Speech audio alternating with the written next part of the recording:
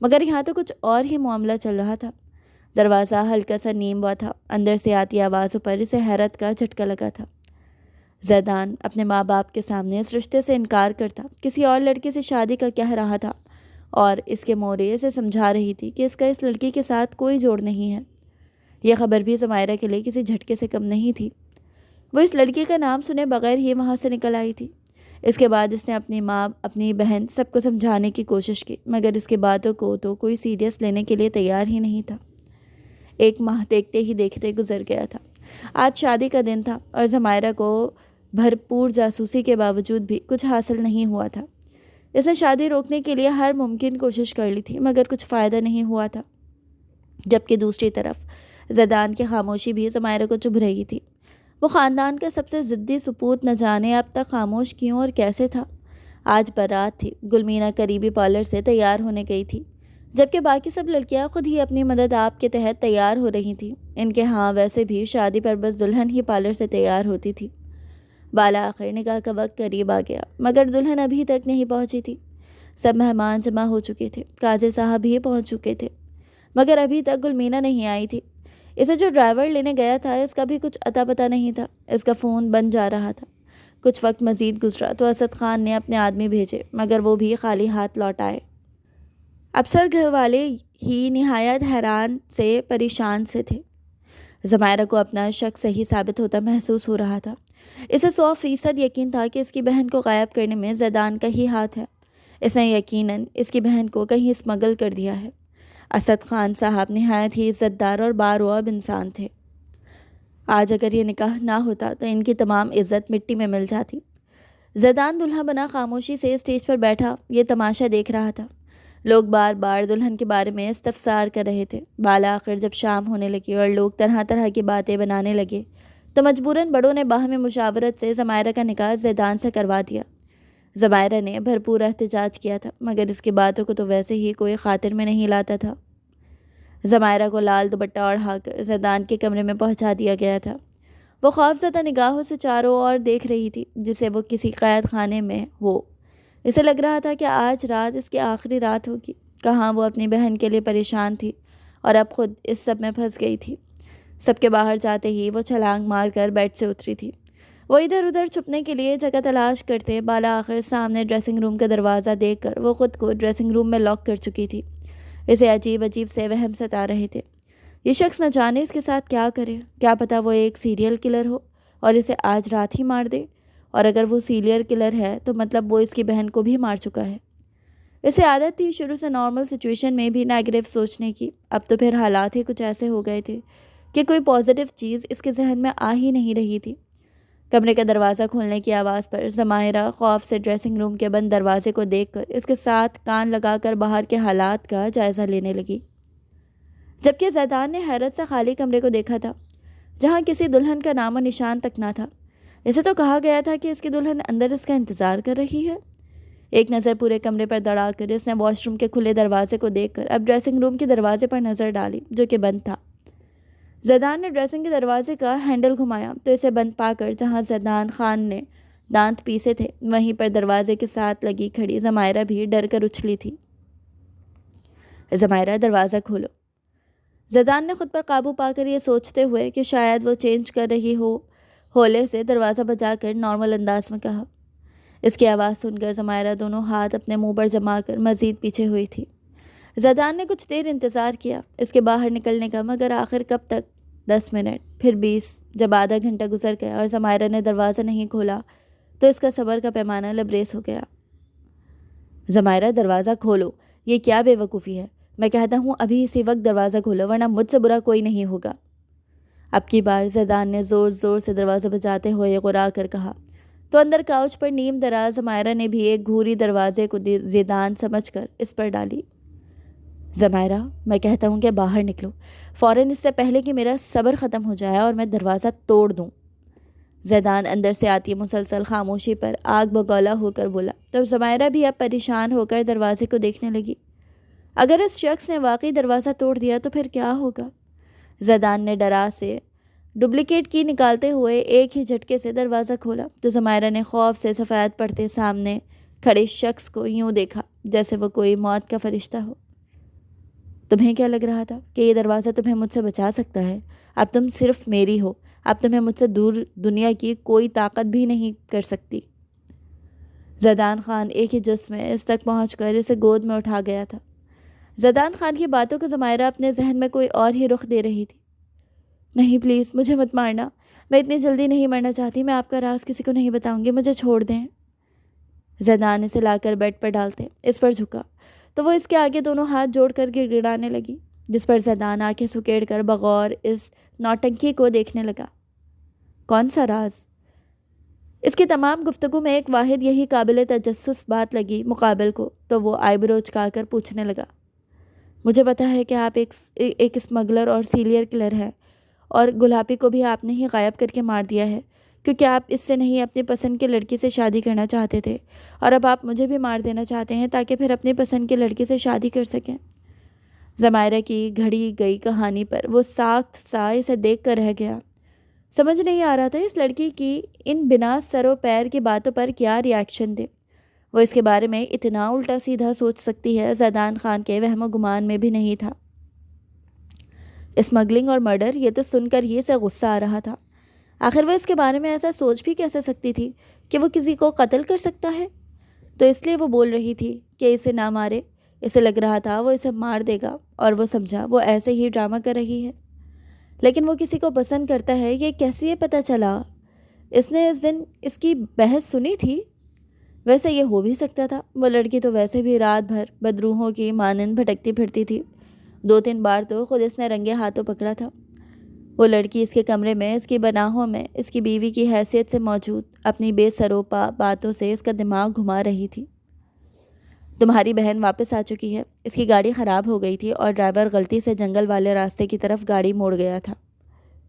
Zidane نے اس کی آنکھوں میں خوف دیکھ کر اس سے دور ہو کر اسپاٹ سے انداز میں اس کی بہن کے بارے میں بتایا تو زمائرہ بے یقین نگاہوں سے مقابل کو دیکھنے لگی۔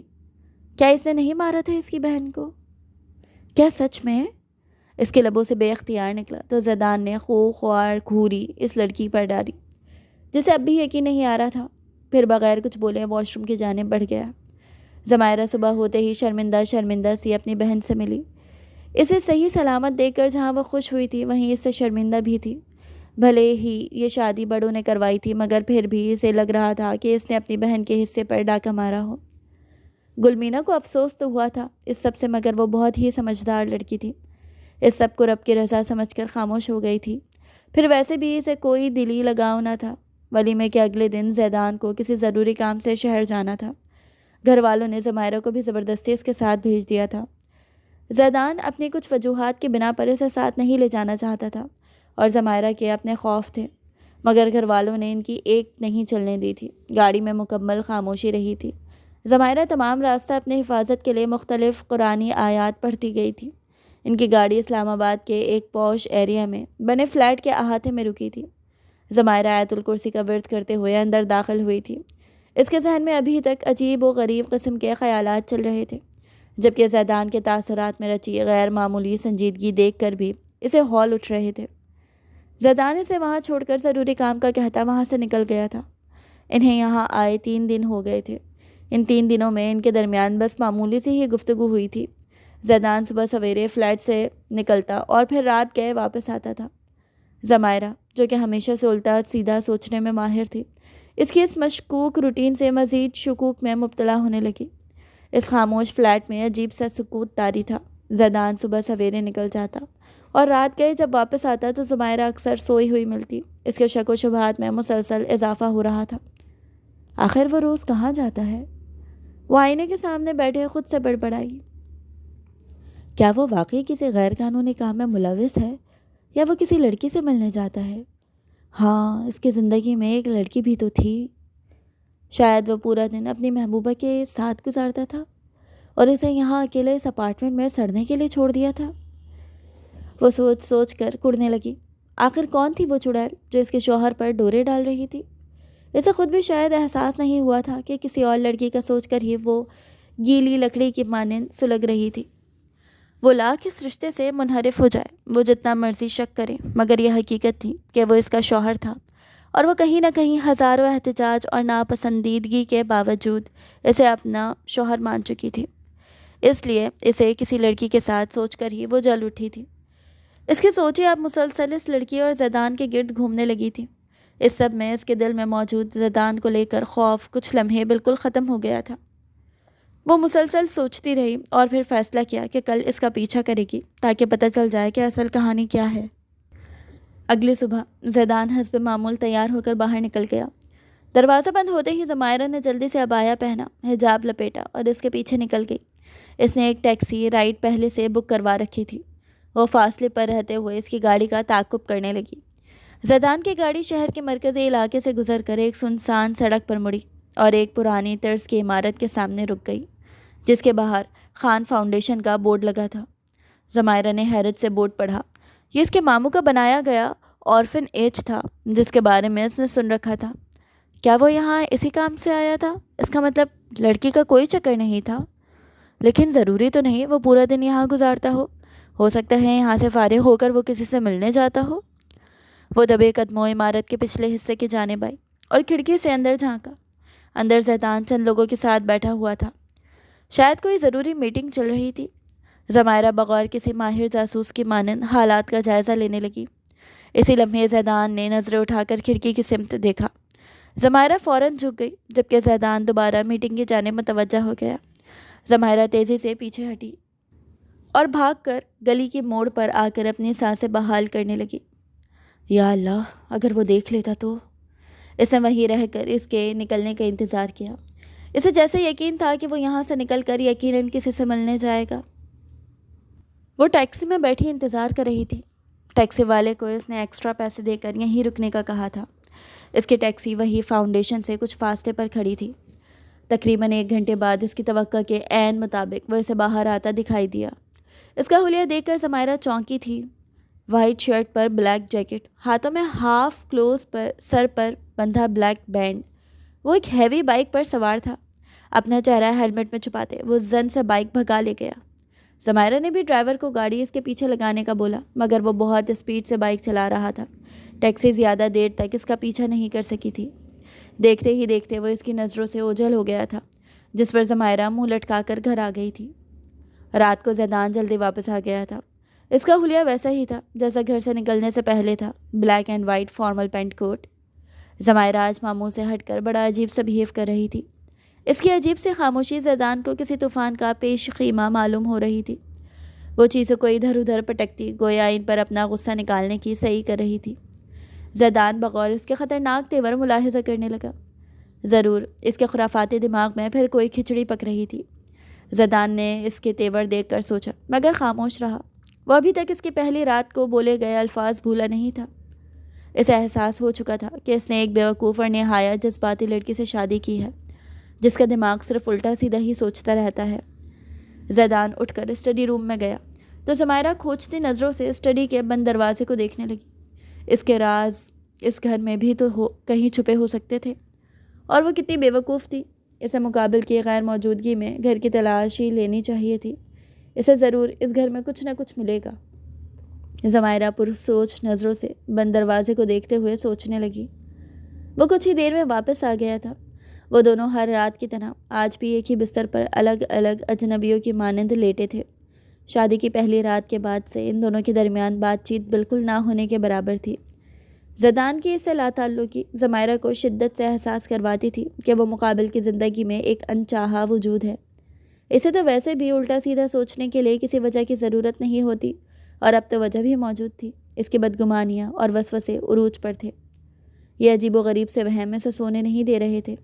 اس رات وہ بیڈ پر لیٹی کروٹیں بدل رہی تھی۔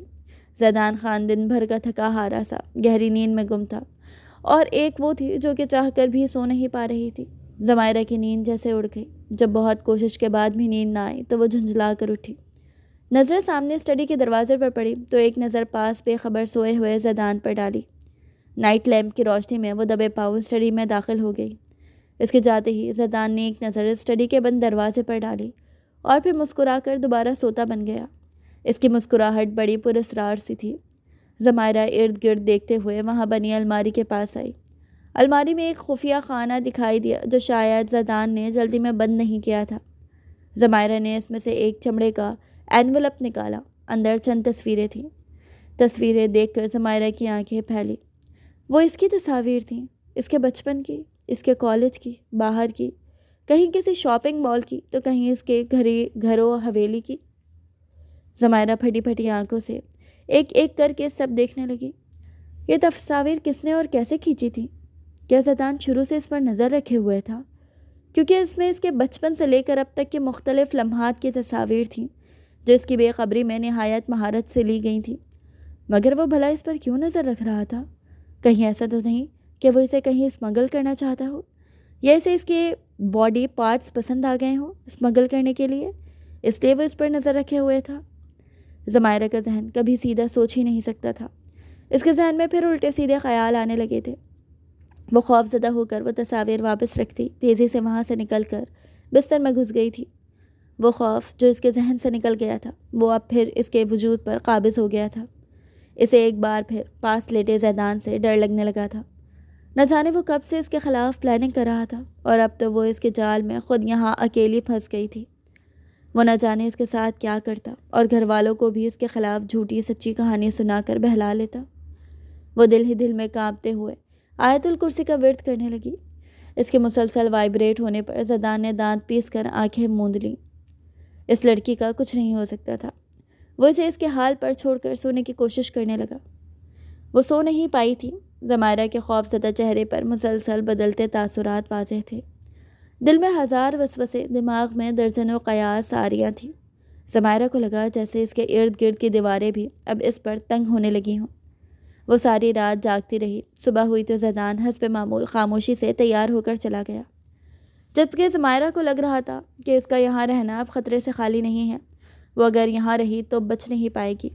اس نے ساری جاسوسی بھاڑ میں جھونک کر یہاں سے بھاگنے کی پلاننگ بنائی۔ دوپہر کے وقت وہ جب یہاں سے نکلنے کے لیے تیار تھی تو زیدان کے فون کی بپ بجی تو زمائرہ چونکی۔ اس کا فون؟ وہ شاید اسے بھول گیا تھا۔ وہ ڈائننگ ٹیبل پر پڑے اس کے موبائل کو دیکھنے لگی۔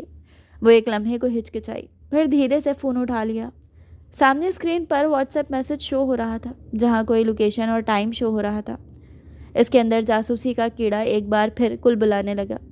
اس نے خود کو لاکھ سمجھایا کہ اسے یہاں سے نکل جانا چاہیے، اب ان فضولیات میں نہیں پڑھنا چاہیے، مگر اس کے اندر کی کیوریوسٹی اسے چین نہیں لینے دے رہی تھی۔ بالآخر وہ مطلوبہ وقت پر اس جگہ پہنچ گئی۔ یہ کوئی سنسان سے کھنڈرات تھے جن کے ارد گرد گھنا جنگل تھا۔ زمائرہ بغور اس جگہ کا جائزہ لینے لگی۔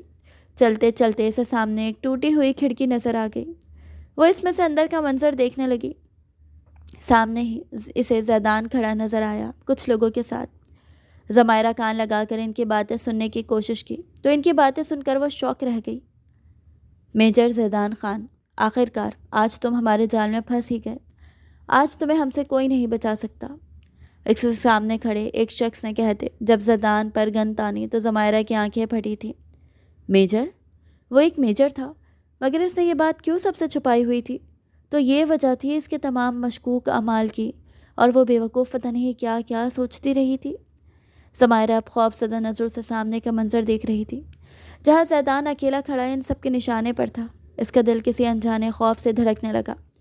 وہ شخص تو ایسے بے خوف و بے تاثر کھڑا تھا جیسے ڈرتا ہی نہ ہو اپنی موت سے، جبکہ زمائرہ ہمارے خوف کے کانپنے لگی تھی۔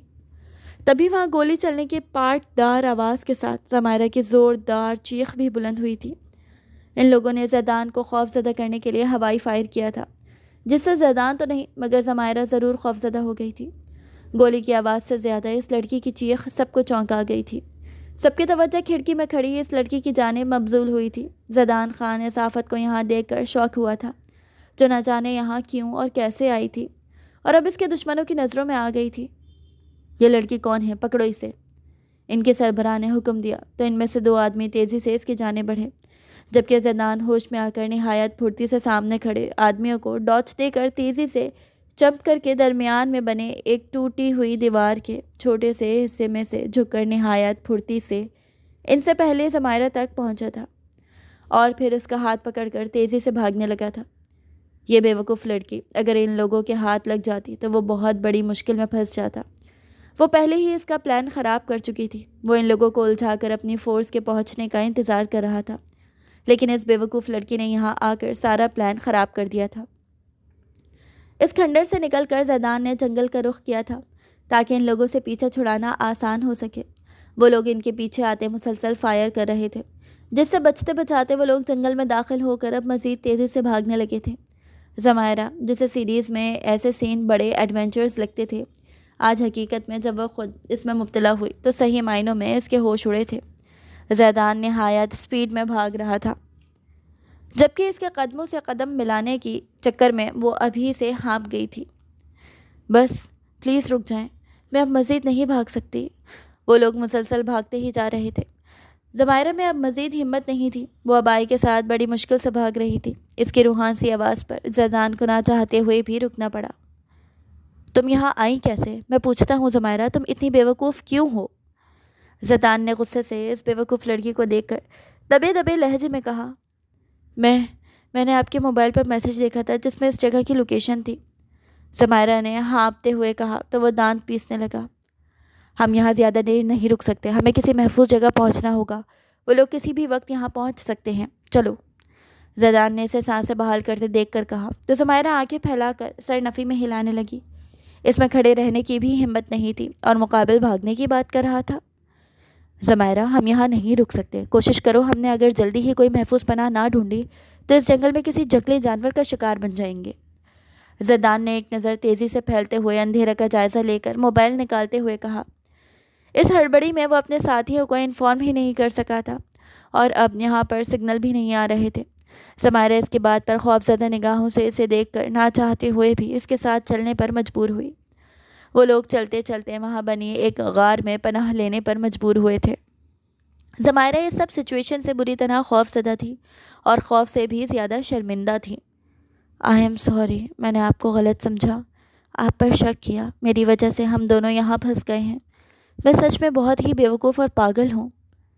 زیدان نے جب غصے سے بھڑک کر ضمائرہ کو اپنے پلان خراب کرنے کا بتایا، جس پر ضمائرہ نے شرمندگی سے کہتے ہوئے پھوٹ پھوٹ کر رونا شروع کر دیا، تو زیدان گہرا سانس لے کر اسے بازو سے پکڑ اپنی جانب کھینچ کر اپنے حصار میں قید کر گیا۔ اس کے سینے سے لگتے ہی وہ مزید رونے لگی تھی۔ زیدان کا غصہ تو بہت آ رہا تھا، مگر ابھی یہ وقت صحیح نہیں تھا، اس لیے غصہ سائڈ میں کر کے وہ اسے سینے سے لگا گیا تھا۔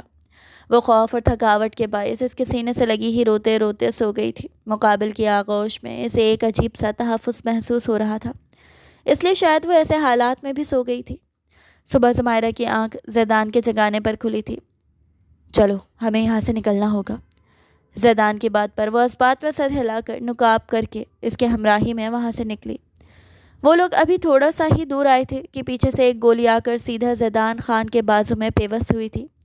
گولی کی آواز اور زیدان کی کراہ پر ضمائرہ نے رک کر زیدان کا بازو دیکھا، جو کہ خون میں لت پت تھا۔ اس کی چیخ بے ساختہ تھی۔ وہ خوفزدہ نگاہوں سے ایک نظر زیدان کو دیکھنے لگی، جو جبڑے بھیجے بازو تھامے ہوئے تھا، اور پھر اس نے پیچھے مڑ کر دیکھا، جہاں وہ لوگ گن پکڑے انہی کی جانب تیزی سے آ رہے تھے۔ ضمائرہ، بھاگو یہاں سے، پیچھے مڑ کر مت دیکھنا، یہاں سے سیدھا آگے جاؤ گی تو سڑک پر پہنچ جاؤ گی، وہاں کوئی نہ کوئی تمہاری مدد کر دے گا، میں ان کو یہیں الجھاتا ہوں۔ انہیں اپنے سر پر پہنچتے دیکھ کر زیدان نے کہا۔ اس کی بات پر ضمائرہ روتے ہوئے نفی میں سر ہلانے لگی۔ وہ کیسے اسے زخمی حالت میں یہاں اکیلا چھوڑ جاتی؟ ضمائرہ، تمہاری بے وقوفی کے باعث میں پہلے ہی بہت بڑی مصیبت میں پھنس گیا ہوں، اب میرے لیے مزید مشکلات پیدا نہ کرو، جاؤ یہاں سے۔ اب کی بار زیدان نے چیخ کر کہا تو ضمائرہ نہ چاہتے ہوئے بھی وہاں سے بھاگنے لگی۔ وہ اپنی پوری جان لگائے زیدان کی بتائی گئی سمت میں بھاگ رہی تھی۔ بھاگتے بھاگتے اچانک پیچھے سے آنے والی گولیوں کی آوازوں پر وہ رکی تھی۔ اس کی آنکھوں سے آنسو ٹوٹ کر گرے تھے۔ اسے اپنی آنکھوں کے آگے اندھیرا چھاتا محسوس ہوا تھا۔ وہ چند لمحے رکی تھی۔ زیدان کے آخری الفاظ جیسے ہی اس کے کانوں میں گونجے، وہ پھر پوری جان لگا کر بھاگنے لگی تھی۔ اس کی آنکھیں بار بار دھندلا رہی تھی۔ زیدان کا چہرہ بار بار اس کی نگاہوں کے سامنے آ رہا تھا۔ اس کا زخمی بازو اسے بے چین کیے ہوئے تھا۔ بھاگتے بھاگتے اپنے پیچھے آتی قدموں کی چاپ پر اس نے خوف سے رفتار مزید بڑھائی تھی۔ اسی چکر میں وہ لڑکھڑا کر زمین پر گری تھی۔ وہ رہی لڑکی، پکڑو اسے۔ وہ لوگ تیزی سے اس کی جانب بڑھے تھے۔ ضمائرہ بھی خوفزدہ نگاہوں سے ساخت سی انہیں اپنی طرف آتا دیکھ ہی رہی تھی کہ پیچھے سے کسی نے ان پر فائر کیا تھا۔ وہ دو لوگ اگلے ہی پل زمین بوس ہوئے تھے۔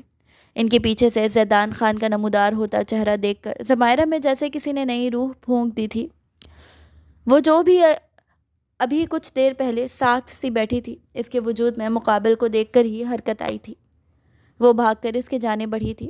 اس کے سینے سے لگتے ہی وہ بری طرح رونے لگی تھی۔ یہ چند لمحے اس کے لیے زندگی کے سب سے خوفناک لمحے تھے، جس میں سے لگا کہ اس نے زیدان خان کو ہمیشہ کے لیے کھو دیا۔ زیدان خان اپنے بازو میں اٹھتے درد پر قابو کر کے بمشکل اس کے گرد اپنا دوسرا ہاتھ، جس میں گن تھی، حصار کی صورت میں باندھ گیا۔ اس نے نہایت چالاکی سے زخمی ہونے کے باوجود بھی اپنے داؤ پیچ سے انہیں زیر کر کے ان کی گن چھین لی تھی۔ ان کو وہیں ختم کرتے وہ پھر ان آدمیوں کی جانب آیا تھا جن کو اس نے ضمائرہ کے پیچھے جاتے دیکھا تھا۔ وہ دونوں اب وہاں سے نکل کر سڑک پر آئے تھے۔ زیدان نے اپنے ساتھیوں کو تمام صورت کے حال کے بارے میں ٹیکسٹ کر دیا تھا۔ انہیں وہاں سے لفٹ مل گئی تھی۔ وہ ایک ادھیڑ عمر آدمی تھا جو زیدان کی حالت دیکھ کر انہیں فوراً ہسپتال لے آیا تھا۔ سارا راستہ ضمائرہ کی جان تو مقابل کا خون دیکھ دیکھ کر نکلی تھی۔ ہسپتال پہنچ کر اسے فوراً آپریشن تھیٹر میں لے جایا گیا تھا۔ ضمائرہ باہر بیٹھ کر مسلسل روتے ہوئے مختلف ورد کرنے میں مصروف تھی۔ ڈاکٹرز نے فوری طور پر گولی نکال دی تھی۔ وہ اب خطرے سے باہر تھا۔ یہ بات سن کر ضمائرہ نے شکر ادا کیا تھا۔ اسے پرائیویٹ روم میں شفٹ کیا گیا تو وہ نم آنکھوں سے اس کے پاس آئی تھی۔ اس کا پٹیوں میں بندھا بازو اور زرد پڑتا خوبصورت چہرہ دیکھ کر وہ پھوٹ پھوٹ کر روئی تھی۔ اسے تکلیف میں دیکھ کر اسے احساس ہو رہا تھا کہ وہ شخص اس کے لیے کتنا ضروری تھا۔ اسے کچھ دن ہاسپٹل میں ہی انڈر آبزرویشن رکھا گیا تھا۔ اس دوران ضمائرہ سائے کی طرح اس کے ساتھ رہی تھی۔ زیدان خاموشی سے اس کا یہ بدلاؤ دیکھ رہا تھا۔ وہ نک چڑھی سی لڑکی جو اس کی شکل دیکھ کر ہی منہ بناتی تھی، اب ایسے اس کی خدمت میں مصروف تھی جیسے زندگی میں اس سے زیادہ ضروری کچھ ہو ہی نہ۔ ضمائرہ نے گھر والوں کو بتانے کا کہا تو زیدان نے منع کر دیا۔ وہ اپنی جاب گھر والوں سے پوشیدہ رکھنا چاہتا تھا۔ اس کے والد کی خواہش تھی وہ ان کی طرح سردار بنے، مگر وہ شروع سے آرمی میں جانا چاہتا تھا، اس لیے اس نے گھر والوں کو بتائے بغیر آرمی جوائن کی تھی۔ اس کی مشکوک حرکات کی وجہ بھی اس کی جاب ہی تھی۔ ایک ہفتہ ہسپتال میں گزار کر وہ دونوں اب اپنے فلیٹ میں آ گئے تھے۔ گھر سے حویلی والوں کے مسلسل فون آ رہے تھے، کیونکہ وہ 1-2 ہفتوں کا بول کر گئے تھے اور اب تو پورا 1 ماہ ہونے والا تھا، لیکن ان کی واپسی کی کوئی خبر نہیں تھی، اس لیے سب پریشان ہو رہے تھے۔